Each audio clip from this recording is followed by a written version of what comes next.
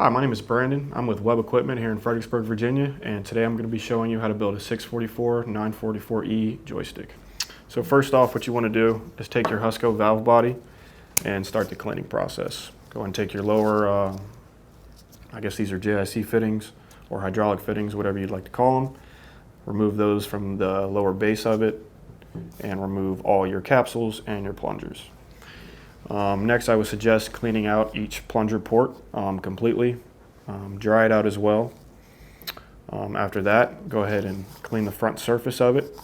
Get all the pitting, rust, and dirt off of that. Upon removal of the capsules and the plungers from the valve body, I do suggest to soak them in mineral spirits and use a soft plastic brush or bristle to slightly clean them off of any debris, dirt, or rust, or sediment that could be built up in the valve.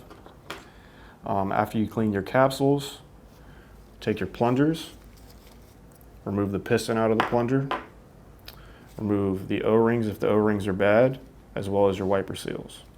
After removing those components, take your plunger housing and put it in a brush wheel and take all of the pitment, rust, and dirt off back to kind of a clean brush look. Once you get your plunger housings back to a clean brush look, let's go ahead and start replacing each O-ring. You'll have an O-ring on the base of the plunger housing, and you'll have a wiper seal inside. You can take the plunger, rod, push it in, make sure everything's seated properly. You should have slight tension on it. And just go ahead and bottom them out. And those are finished. So after the cleaning process and resealing process, you want to go ahead and put your hydraulic fittings back on the bottom of the Husco valve. You can take this secondary valve body off and replace each O-ring behind the screws as well. So upon cleanup for your capsule housings, if you do see any cuts or splices on the O-rings or any detrimental wear to them, we do offer seal kits here at Webb. It is the O-rings for the external portion and the wiper seal for the internal portion.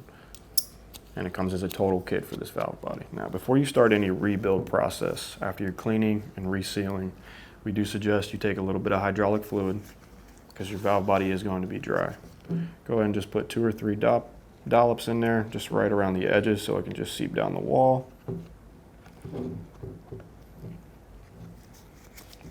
And this is just 80W90 full synthetic. It's a little thicker, a little stickier. All right, now we're going to take each capsule one by one and just place into the top.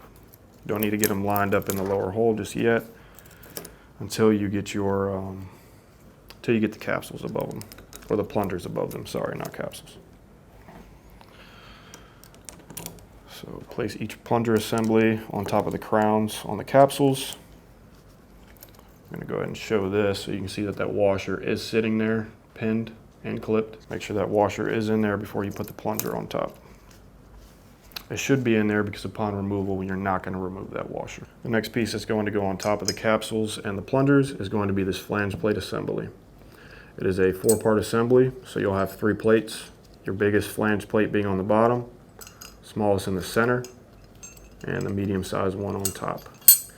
Now, when you receive the kit, this bolt and threaded U-joint is not going to be installed. You will have to flip this over upon stacking them in the right order and tighten down this bolt with a singular adjustable wrench. Doesn't need to be over cranking, just needs to be tightened up. No Loctite, nothing needed. All right. So upon placing the capsules in, right now they're loose, they're not sitting in their pilot positions. So we're going to take them and slowly feel for the pilot positions. This may take you 10 seconds to a minute to get. Sometimes you get lucky and you get them in one shot.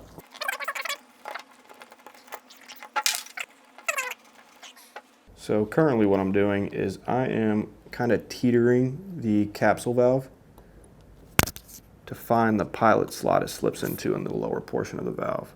Once I find that pilot, I'm going to let them just kind of seat and hang out in the pilots until I do all 4. All right, so we call this the octopus fingers technique. Got to hold each valve down with one finger. Once you kind of get them seated here, Take your valve plate and stack them. Pull your finger out.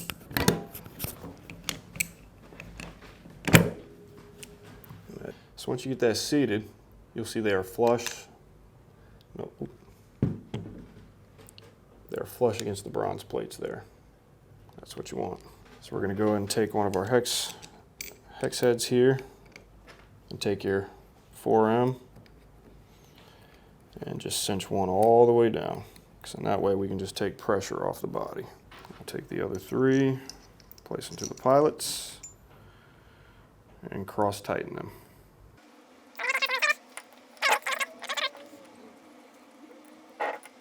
All right, should look something like that.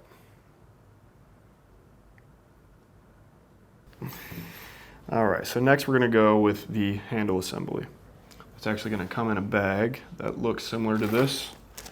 All you need to do is just pull it directly out of the bag and screw it on top. Before screwing it on top, you're going to take this bell. This is very critical here. If you want to get a little closer here, I can show you. Once you thread this bell above your plungers, flange plate, and valve body, get it just finger snug, and then take a look at it. What we're looking for are any gaps of light in between the plungers and the bottom of the bell. You want no gaps, but you also don't want it tight to where it's putting tension on one of your plungers. Because if you put it too tight and it's putting tension on, say, whichever port is which, say it's this port here, once you fire the machine up, you're going to have control functions. So you don't want it to function until you make it function. So like I said, just finger tight. You can see it's backed off all the way. Spin it down until it touches and just give it one little turn. Should be perfect slack there. After that, we're going to take our trusty boot here. We're going to slip our switch end through, or our plug end on the switch through. Careful not to rip the boot.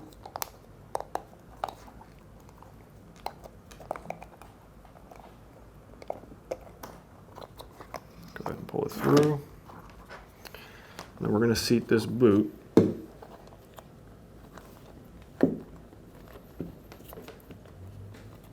also do not rip it as you're pulling it around the nut. It could happen. Kind of use your fingers on the inside of the boot to walk it. Walk it right up to the bottom of the nut there to cover up the stem. And you can flip the boot inside out so you can still see what you're doing and work. Now you're going to hold your switch cable, get your thread started, and just take your cable and spin it.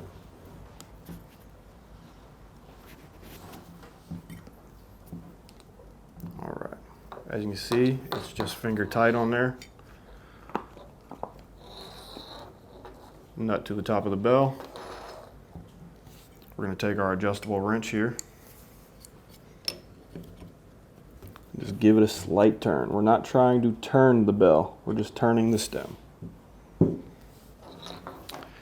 Once you tighten this on top of the bell, you're going to take your plastic clip guide.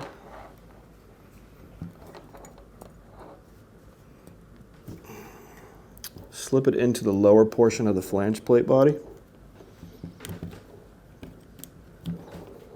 And recess it back just like that.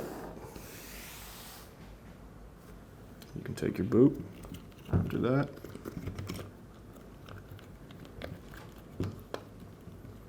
Get everything kind of situated again. And walk the base of the boot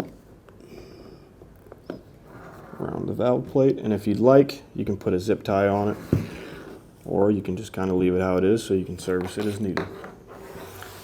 And that there, everybody, is a 644 944E boom joystick part. The part number at our company here is 89023330EX. Our phone number here at Web Equipment is 800-225-3858. If you have any questions about these, about the seal kits, or any of the components that are going into these valve bodies, feel free to give us a call or shoot us an email.